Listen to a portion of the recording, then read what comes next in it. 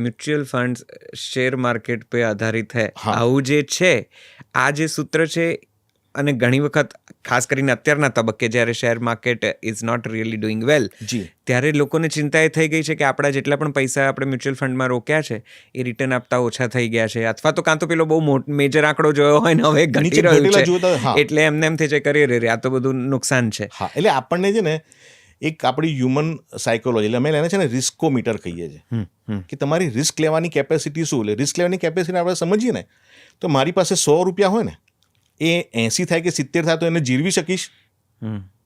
That is my risk measuring capacity. તો આપણે મૂકી બી 100 રૂપિયા છે તમારા કાલ સવાર 70 થઈ જશે તો તમે ઇન્વેસ્ટમેન્ટ કરવા તૈયાર થશો? નહીં થાવ કારણ કે કોઈને બી પૈસા ગુમાવવા ગમતા નથી. એટલે જે કન્ઝર્વેટિવ ઇન્વેસ્ટર હોય ને અમે જ્યારે કોઈ બી વ્યક્તિ આવે જેમ ડૉક્ટર પાસે પેશન્ટ જેવું કામ છે નિષેધ્યામાં કે પેશન્ટ આવે ને પેશન્ટની રિક્વાયરમેન્ટ શું છે ને એને સમજવું પડે એનું બિહેવિયર એનું થિંકિંગ એ પ્રમાણે એને એ કમ્ફર્ટ ઝોનમાં રહે ને અને પૈસા દઈને સાહેબ લોંગ ટર્મ પર બને છે. અચ્છા એમાં એકવાર તમારા 3-5 વર્ષ 7 વર્ષ નીકળી જાય તમારા ફંડમાં તો તમે અને 20 વર્ષ પછી તમે પોટલું ઉગાડો ને તો it will be a unbelievable amount to do એમ. અચ્છા એને માર્કેટની અત્યારની વધઘટ કાલની વધઘટ એના સાથે બિહેવિયર ફાઇનાન્સને કોઈ લેવા દેવા નથી. અચ્છા તમારે બસ તમારો ગોલ ફાઇન્ડ કરવાનો એને યર્સ ફાઇન્ડ કરવાના એના માટેની સ્કીમ ફાઇન્ડ કરવાની અને you have to seated in it. દાખલા તરીકે હું અત્યારે જોઉં કે મારું રિટાયરમેન્ટ કોર્પસ 65 વર્ષે મારું મેચ્યોર થાય છે. હું અત્યારે જોઉં મારો પોર્ટફોલિયો અત્યારે ટોપ કરતાં 10% ડાઉન છે પણ મારે એને જોવાનો અત્યારે મતલબ જ નથી. બરાબર છે. મારું ગોલ ક્યાં છે? મારા રિટાયરમેન્ટ ઉપર છે. બરાબર છે. જ્યારે આવશે ત્યારે મારે એને વિચારવાનું છે. ત્યાં સુધી વચ્ચે હું જોયા કરું ઘટી ગયું વધી ગયું. આપણે એફડી મૂકવા જઈએ તો 3 વર્ષ સુધી બેંકમાં પૂછવા જઈએ છીએ કે મારા પૈસા કેટલા થયા, તમે કોને પૈસા આપ્યા. એટલે આખી વસ્તુ છે ને એ તમારે સમય આપવો પડે. પૈસા ક્યારેય બી ઝડપથી નહીં બને. બરાબર છે. So there is no shortcut. There is no shortcut. Never. એ જે હશે ને એ બધા તમને ટેમ્પટિંગ કરાવે. ટ્રેડિંગ કોલ પુટ લીધું, આ લીધું તે લીધું, તમને પૈસા મજા આવશે, પૈસા નહીં બને. પૈસા તમે મૂકી રાખશો, એને સમય આપશો, પાકવા દેશો. આંબા માટે કેવી કહેવત કહે છે આપણે કે બી ઉતાવળે આંબા ના દાદા બોએ પોતા ખાય. આપણે એવું નથી પોતાને ખાવા દેવાનો છે, છેક તેટલા વર્ષો રાહ જોવા એવું નથી કામ. પણ આપણે એક એને સમય તો આપીએ. અત્યારની જનરેશન છે ને બધાને ફાસ્ટ મની જોઈએ છે. Very quick money. અને that is nowhere never in the possible એમ. એને તમારે સમય આપવો જ પડશે. સો મ્યુચ્યુઅલ ફંડમાં રોકી રાખીને ભૂલી જવાનું. અને વચ્ચે જરૂરત હોય તો ઉપાડી શકાય. બિલકુલ ઉપાડી શકાય. જો લાઈફમાં છે ને અમે એવું પ્લાનિંગ કરી કે ટેક્સ સેવરના બી ફંડ આવે, પીપીએફમાં પૈસા બધામાં લોક ઇન પીરિયડ હોય. એટલે જ્યાં સુધી જરૂર ના હોય ને ત્યાં સુધી કોઈને અમે લોક ઇન ના આપીએ. બરાબર. કારણ કે જીવનની ઘટના છે ને એ ક્યારે બી ડાયનેમિક છે, એ ક્યારે બી બદલાતી રહે, ક્યારે મારે પૈસાની જરૂર પડે. તો મ્યુચ્યુઅલ ફંડ પર આપણને લોન પણ મળી શકે છે અને આપણે જ્યારે જોઈએ ત્યારે પૈસા ઉપાડી પણ શકાય છે. ઓકે. તો આ એસઆઈપી એ પણ મ્યુચ્યુઅલ ફંડનો ભાગ જ છે. એસઆઈપી મ્યુચ્યુઅલ ફંડનો ભાગ છે. એ એસઆઈપી શું છે કે એ એવરી મંથની એક તમારી ફિક્સ કમિટમેન્ટ તમારી પાસે લે છે. કે દાખલા તરીકે આપણે વાત કરી કે મારી પાસે 25,000ની સેલરી છે, મારે 5,000 રૂપિયાની મારે એસઆઈપી કરવી છે. તો યુ હેવ 5,000 રૂપિયાનું તમારી પાસે મિનિમમ કમિટમેન્ટ થઈ ગયું કે દર મહિને હું 5,000 રૂપિયા રોકીશ. એ જ્યારે ઇન્ડેક્સ 28,000 હોય ત્યારે બી 5,000 મેં રોક્યા હશે, 26માં 5,000 રોક્યા હશે, 24 5માં રોક્યા હશે, 23માં 5 રોક્યા હશે. એમ કરતું જે કોસ્ટ ઓફ એવરેજિંગ જે થાય ને એ પ્રમાણે આગળ એ વધતું જાય. એટલે 3-5 વર્ષ થાય ને તમારી કોસ્ટ ઓફ એવરેજિંગ કરતાં એક તમે એવરેજ કરતાં તમારી જગ્યાએ અલગ જઈને તમે ઊભા હો અને તમારા પોર્ટફોલિયોની વેલ્યુ આમ હોય. જનરલી 30-45% એંગલ ઉપર માર્કેટ આપણને દેખાય બી ચાર્ટ ઉપર આમ જઈ રહ્યું છે. પણ એમાં છે ને કેટલી બધી અંદર રોલર કોસ્ટર રાઈડ આવી હોય ને એનાથી આપણે પરિચિત ના હઈએ. એટલે જ્યારે આવી રોલર કોસ્ટર રાઈડમાં નીચે આવે ને ત્યારે એવું થાય કે આ તો ફરીવાર ક્યારે ઉપર જ નહીં જાય. પણ ઇવેન્ચ્યુઅલી એવું નથી હોતું. બરાબર. કારણ કે stock market is a volatile instrument. એને દુનિયાથી ડોમેસ્ટિકથી બધી જ વસ્તુઓથી એ લોકોને ઇફેક્ટ થતી હોય. ટ્રમ્પ ટેરિફ નાખે તો બી આપણને ઇફેક્ટ થતી હોય, ક્યાંય યુક્રેનની વોર થતી હોય તો બી થતું હોય. અત્યારે આપણું માર્કેટ ઘટી રહ્યું કારણ કે એફઆઈઆઈઝનું સેલિંગ્સ આપણે ત્યાં વધારે છે.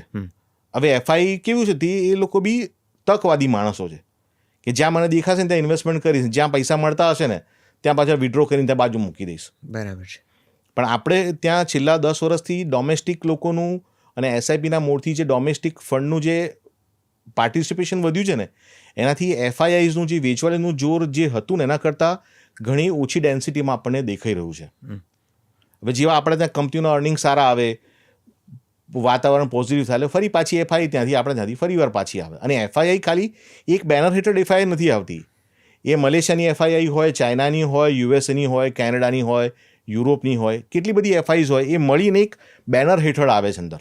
બરાબર છે. એટલે અત્યારે સ્ટોક ધારો કે share market is not really doing well, તો એનાથી ચિંતા કરવાની સામાન્ય માણસને કદાચ જરૂર એટલા માટે નથી. તમારે કે તમારી ગોલની રિક્વાયરમેન્ટ 10 વર્ષ પછીની છે. બરાબર છે. અને હું તો કહું જેની પાસે પૈસા પડ્યા હોય ને, જેમ લીવાઇસનો પેન્ટ આપણે લેવા જઈએ જી, તો એમઆરપી એની 3600 રૂપિયા હોય અને જ્યારે સેલ આવે ત્યારે એનું એ જ પેન્ટ આપણને 1500 કે 1800 મળતું હોય છે. જી, કે જ્યારે સ્ટોક માર્કેટમાં ફોલ આવે ને ત્યારે you should consider as a sale in the market and you should opt to grab that opportunity rather than the fearing the things. Right. અને અગેન પાછું કહું કે એને 3-5 વર્ષ તો ભૂલી જ જવાનું પાછું લઈને. તમે લઈને પછી કાલ સવાર જો શું થયું તો પછી પાછું એ પિક્ચર બગડી જશે. રાઈટ. સો આજે જે મ્યુચ્યુઅલ ફંડનું મહત્વ જે દરેક લગભગ ફિનાન્સ પ્લાનર કહી રહ્યો છે એ આ કારણે છે. હા. સો અત્યારે જો ક્યાંક રોકાણ કરવું હોય તો મ્યુચ્યુઅલ ફંડ સૌથી સારી ઘટના છે, સૌથી સારું ઓપ્શન છે. બિલકુલ સારું, બિલકુલ સાચી વાત છે. એક સામાન્ય નોકરિયાત જેનો પગાર કદાચ બહુ નથી એને એસઆઈપી શરૂ કરવી છે તો કેટલા આંકડાથી એસઆઈપી શરૂ કરી શકાય? 100 રૂપિયાથી બી એસઆઈપી શરૂ કરી શકાય છે. અચ્છા, 100 રૂપિયાથી પણ 100 રૂપિયાથી થઈ શકે છે. હું તમને ખાલી કે એસઆઈપીનો એક દાખલો બતાવું કે હું દર મહિને જો 5000 રૂપિયા હું રોકાણ કરું છું ને તો આજથી 12% CAGR કમ્પાઉન્ડિંગ ગણું ને 5-10 વર્ષે કોઈ બી મ્યુચ્યુઅલ ફંડ કે કોઈ બી ઇન્ડસ્ટ્રી છે ને ઇક્વિટી માર્કેટ 12% ઉપર રિટર્ન આપતું જ રહે છે. આવું છેલ્લો 40-50 વર્ષનો રેકોર્ડ છે. કે હર્ષદ મહેતાનું બી કમ્પાઉન્ડ થયું, 2000નું પેલું 2008માં બી લેમન ક્રાઇસિસ આવી, કોવિડનું આવ્યું, છતાં બી મારો પોતાનો પોર્ટફોલિયો છે અત્યારે 15% ઉપર ગ્રો કરી રહ્યો છે. કારણ કે I have invested 7-10 years back. Correct. એટલે મારે અને મારી જર્ની હજી આગળ 10-15 વર્ષ પછીની છે. તો just find your goal, fill with the fund and forget it. That is the key. અને you should start very early point of time. Right. એટલે કોઈ પણ એજથી, એકદમ નાની એજથી પણ આ શરૂ કરી સાહેબ, હું તો જે કહું કે બાળકમાં બી છે ને સંસ્કાર આપવા જરૂરી છે. મારો દીકરો સાંભળું, હું ઘણા વખતથી આ કામ કરું છું. તે જ્યારે 15-16 વર્ષનો હતો ને ત્યારથી મારી પાસે આવે, મને કે ડેડી આ દિવાળીના 2000 રૂપિયા આવ્યા છે, તમે મૂકી દો અત્યારે. એમ નાવ હી ઇઝ ટર્ન 22. એની પાસે અત્યારે પોતાનું 4 લાખ રૂપિયાનું ફંડ છે. હજી steel he is in the college, કે હજી ભણવાનું ચાલુ નથી કર્યું. પણ આ જે ધીમે ધીમે પૈસા બચાવવા ચાલે, હું તો જે મારા ક્લાયન્ટ મિત્રો હોય ને બધાના છોકરાઓના માઇનર એકાઉન્ટ ઓપન કરાવું છું કે બાળકોને સંસ્કાર આપું. જે બી પૈસા આવે ને એ ઇન્વેસ્ટ કરો, તો એના એ પૈસા જ્યારે 18-20 વર્ષના થશે ને ત્યારે એમને પાસે પોતાની પાસે એક ઇમિડિયેટ કોર્પસ ઊભું તૈયાર થયેલું મળશે. અને તમારી બી કદાચ એને ભણાવવાની ક્યાંક જવાબદારી છે ને એ બી એમાંથી કદાચ નીકળી શકે, સમ અંશે એ નીકળી શકશે.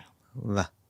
સો મ્યુચ્યુઅલ ફંડ અને એસઆઈપીની વાત કરીએ છીએ ત્યારે ભાવિકભાઈ, હવે પેલી જે એફડીનો જે એક મહિમા હતો, જે ખાસ કરીને વડીલોને, જૂની પેઢીના લોકોને બહુ પ્રિય એ આખી પદ્ધતિ હતી કે એફડીમાં મૂકવી, હજી બી એટલી જ પોપ્યુલર છે. તો હવે FD is a right choice, is a good way?